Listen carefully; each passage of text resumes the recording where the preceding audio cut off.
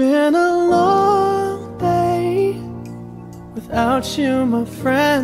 ঢাকাই চিত্রনায়িকা ইয়ামিন হক ববি এবার বউয়ের সাজে সাজলেন ঢাকাই ছবির গ্ল্যামার গার্ল খ্যাত এই অভিনেত্রী। সম্প্রতি লাল শাড়ি আর নজর কাড়া গয়না পরে এফডিসিতে হাজির হয়েছিলেন এই অভিনেত্রী। এভাবে তাকে বউয়ের সাজে দেখে অনেকে জানতে চাইছিলেন বিয়ে করলেন কবে, যদিও জবাবে তিনি জানালেন ভিন্ন কথা। ববি বললেন বর পেলেই বিয়ে, আর বউয়ের সাজের রহস্য জানতে গিয়ে দিলেন নতুন ছবির খবর। মূলত বউ নামের নতুন একটি সিনেমায় যুক্ত হয়েছেন ববি। এটি নির্মাণ করছেন পরিচালক কে নিলয়।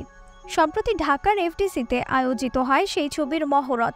সেখানে ববি বলেন সিনেমার কাজ কিন্তু হচ্ছে টুকটাক, দেশের প্রায় সব জায়গাতেই কাজ একটু কম কম হচ্ছে। এদিকে গণ অভ্যুত্থানের পর থেকে দেশের চলচ্চিত্রাঙ্গন স্থবির হয়ে পড়েছে। এ প্রসঙ্গে ববি বলেন সিনেমার কাজ কিন্তু হচ্ছে টুকটাক, দেশের প্রায় সব জায়গাতেই কাজ একটু কম কম হচ্ছে। একটা ট্রানজিশন পিরিয়ড যখন যায় তখন সব কিছুর একটা টানা পোড়েন থাকে, সিনেমায়ও সেরকম যাচ্ছে। আমি পজিটিভ মানুষ, আমি সবসময় সম্ভাবনা দেখি, আমি আশাবাদী। নতুন সিনেমাটির প্রসঙ্গে ববি বলেন নতুন বাংলাদেশের নতুন এক গল্প নিয়ে দর্শকের সামনে হাজির হতে যাচ্ছি।